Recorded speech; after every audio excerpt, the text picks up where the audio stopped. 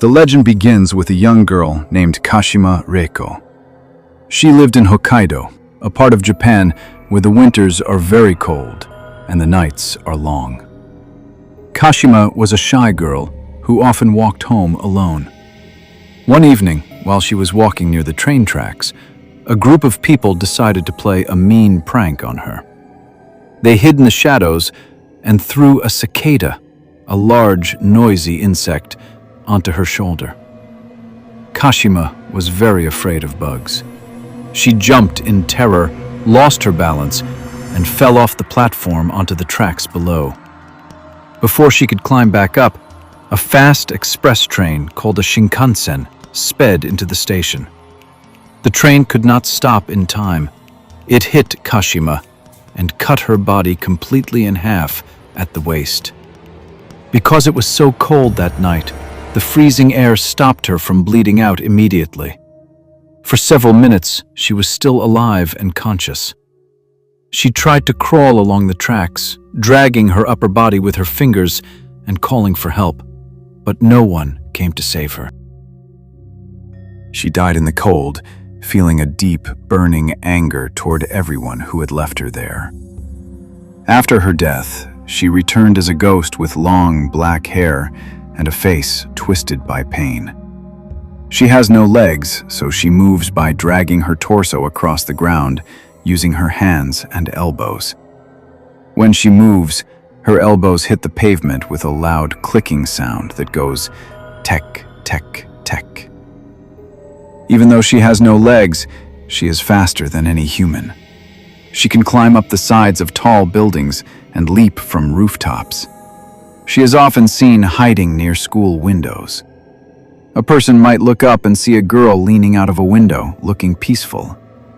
But if they walk closer, she will jump out, revealing that she has no lower half, and chase them down. She carries a very sharp tool, usually a large scythe or a rusted saw.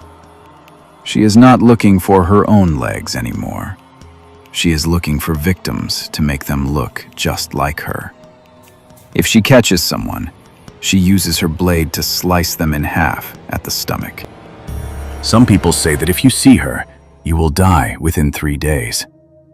The only way to survive an encounter with her is to play a dangerous game of questions. If she corners you, she will scream, "Where are my legs?"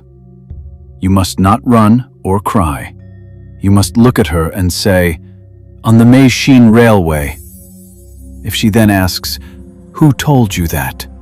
you must answer, "Kashima Reiko told me." Finally, if she asks what her name is, you must say, "Masked Death Demon."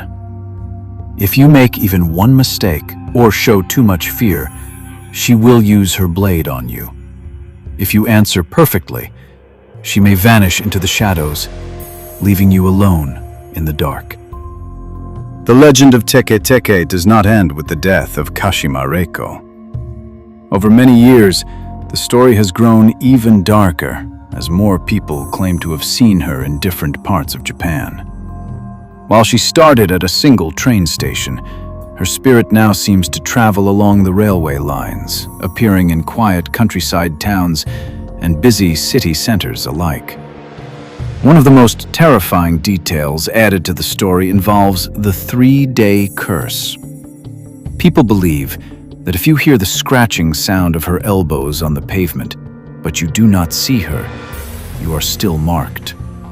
For the next 3 days, you might see a pale face in the reflection of a window, or hear a faint tapping on your bedroom door at night. On the 3rd night, she finally appears to finish what she started. She waits until you are in a place where you cannot run, like a small bathroom or a narrow hallway, before she strikes.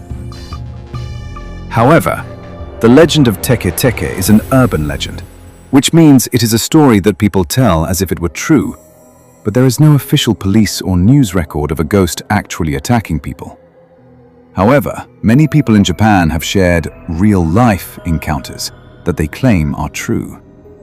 These stories often follow a very similar and scary pattern. One of the most famous eyewitness stories, involves a young boy named Satoshi. He was walking home late at night after attending cram school. As he walked past a large, dark building, he looked up and saw a beautiful girl leaning out of a window. She had her chin resting on her hands and was smiling at him. Satoshi smiled back, thinking she was just a student. But then, the girl suddenly jumped out of the window. Satoshi was horrified, thinking she was trying to hurt herself. But when she hit the ground, she didn't fall. Instead, he saw that she had no lower body.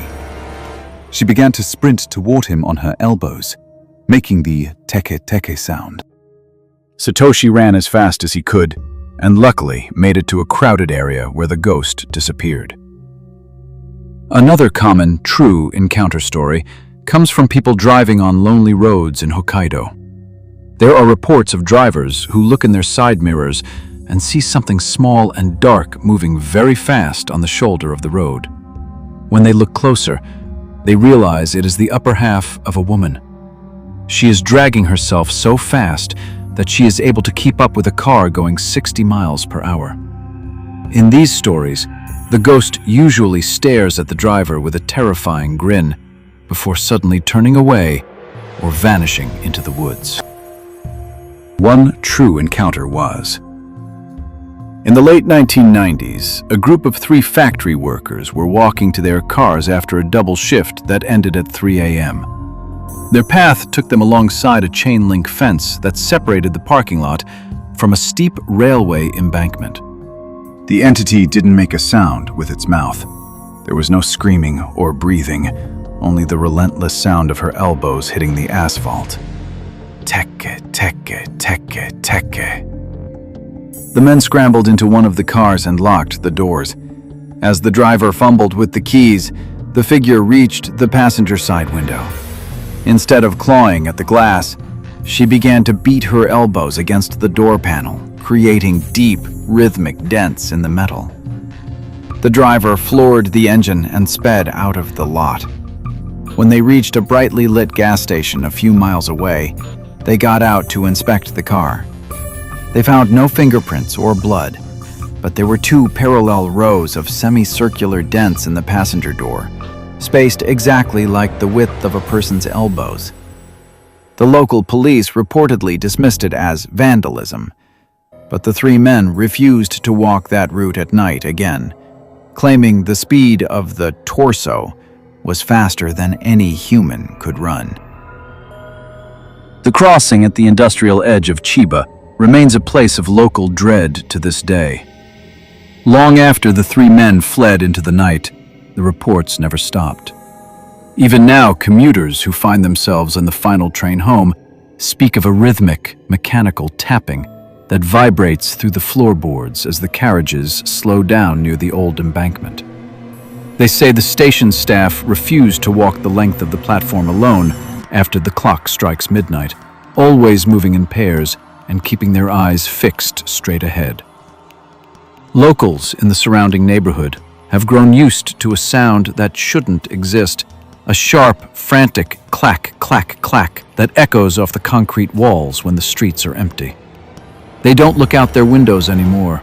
They simply turn up their televisions and lock their doors, knowing that the railway belongs to something else once the sun goes down.